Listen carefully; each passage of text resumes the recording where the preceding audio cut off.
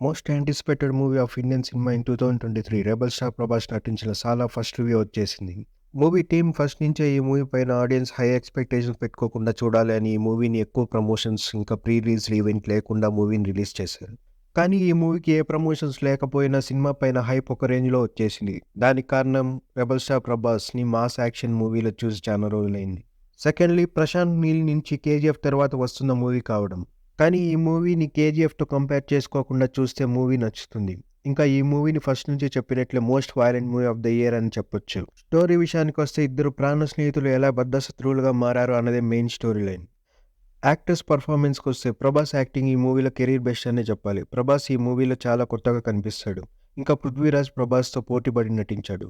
శృతి హాసన్ కూడా regular glamour role కాకుండా స్టోరీతో travel అయ్యే పాత్రలో తన వరకు న్యాయం చేసింది. ఇంకా ఈశ్వరీరావు, శ్రీయారెడ్డి, జగపతి బాబు, బాబీ సింహ వాళ్ళ పాత్ర మేరకు బాగానే నటించారు. టెక్నికల్ ఆస్పెక్ట్స్ విషయానికి వస్తే ప్రశాంత్ నీల్ రాసుకున్న ఈ డ్రామాని కరెక్ట్‌గా ఎగ్జిక్యూట్ చేసేదానికి Bhuvan Gowda cinematography, Ujwal Kulkarni editing, Ravi Basrur music బాగా హెల్ప్ అయ్యాయి. టెక్నికల్‌గా ఏ ఒక్క డిపార్ట్‌మెంట్ కూడా ఒక తప్పు లేకుండా పనిచేశాయి. ఇంకా ఈ సినిమాలో పాజిటివ్స్. ఈ సినిమాకి అన్ని పాజిటివ్స్ అనే చెప్పాలి.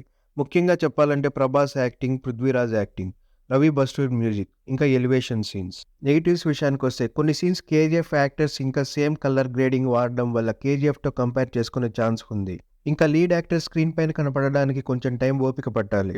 ఓవరాల్‌గా ప్రభాస్‌కి 'బాహుబలి' తర్వాత ఒక బ్లాక్ బస్టర్ పడిందనే చెప్పాలి. ఈ సినిమా ఎన్ని రికార్డ్స్ బ్రేక్ చేస్తుందో చూడాలి. ఈ సినిమాకి మేమిచ్చే rating 4/5. Please like, share and subscribe to cut చేస్తే.